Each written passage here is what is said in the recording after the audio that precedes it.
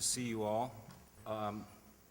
The Bard Prison Initiative was established in 1999 by a Bard student, Max Kenner, to offer college education, in fact, the very same courses that we teach here in Annandale, to incarcerated people in various prisons in New York.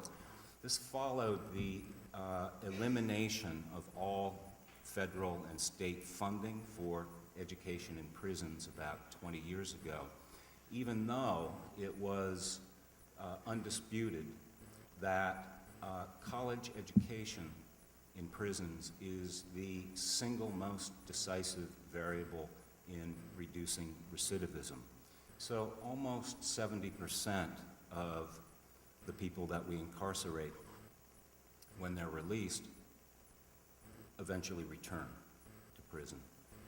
That rate goes down to 24% recidivism with a high school education. Goes down to 10% with 2 years of college education, and to slightly less than 4% with a BA level education. The Prison Initiative offers courses to about 250 incarcerated students a year, about 50 courses a year. I'm honored to have been teaching in 2 of these prisons for the past 11 years.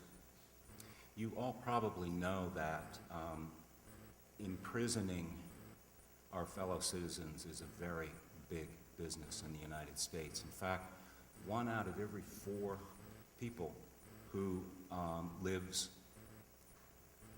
incarcerated in the world is imprisoned in the United States. 1 out of every 32 U.S. adult residents is currently under correctional supervision, either in jail, in prison, on parole, or probation. 1 in every 136 U.S. residents lives in jail or prison.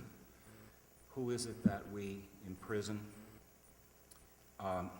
White men ages 18 or older, 1 in 106 are incarcerated. Hispanic men ages 18 or older, 1 in 36. Black men ages 18 or older, 1 in 15. And black men, young black men, ages 20 to 34, 1 in 9 are in prisons. So our students in the prisons that we teach in are people who are the disenfranchised, the marginalized, the stigmatized, people who grew up living in poverty and surrounded by a culture of hopelessness and violence. The classrooms that we offer the education in are generally dingy, sparse, windows with bars, and outside the windows, fences with razor wire. Down the hall, locked gates, guards, often with billy clubs. Prisons are places of total confinement where obedience to authority is rigorously and ruthlessly enforced, where the residents are schooled in total obedience, docility, subservience.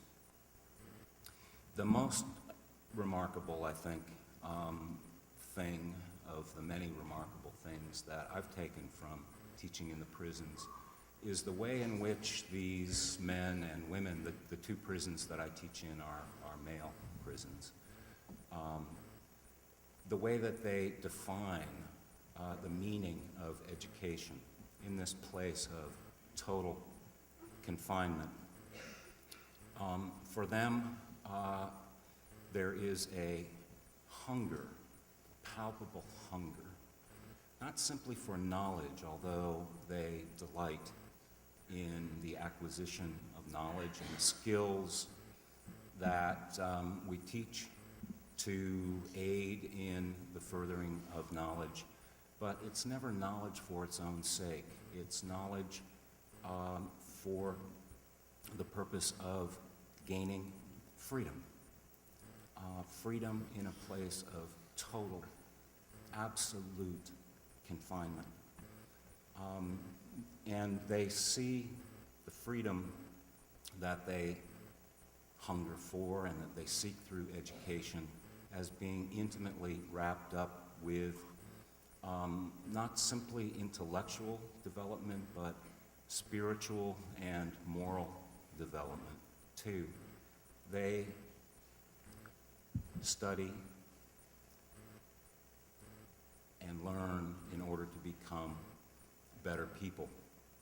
People that their families, their friends, their communities can be proud of.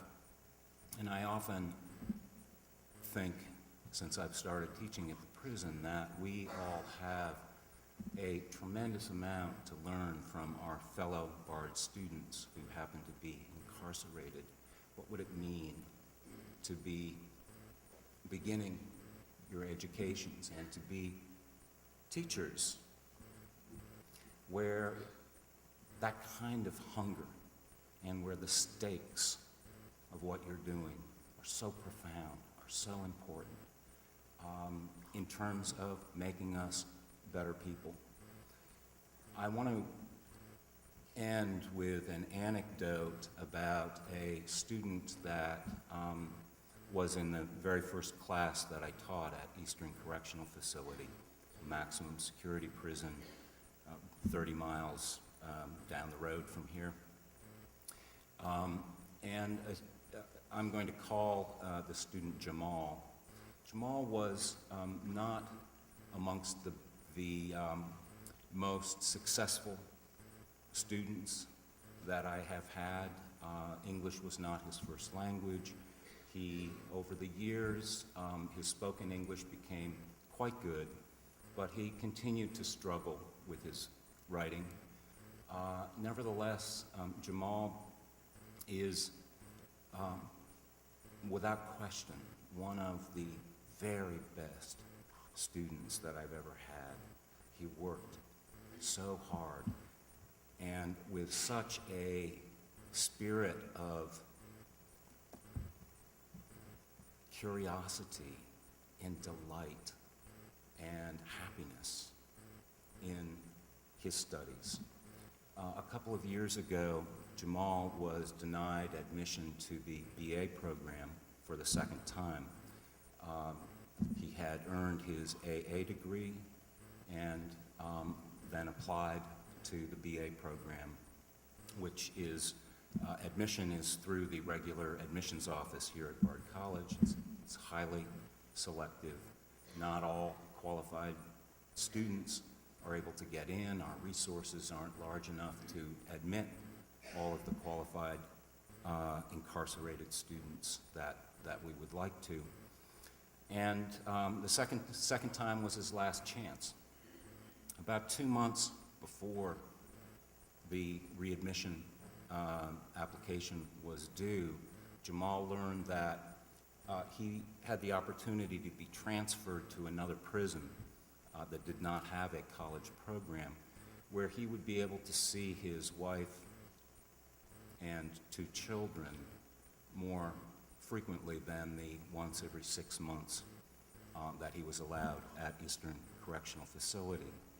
He thought about this, he talked with his wife, and he decided to stay at this maximum security prison because it was his last chance to be admitted. And his wife completely supported him. Jamal had become a changed man, a man that she was proud of and proud to be the father of their children. Again, the sense of how important education can be if it's undertaken in a spirit of hunger, a spirit of pleasure, and a desire for emancipation from who we are to who we can become is powerful. I hope that you all think about becoming involved in one way or another with the prison initiative. It will change your lives.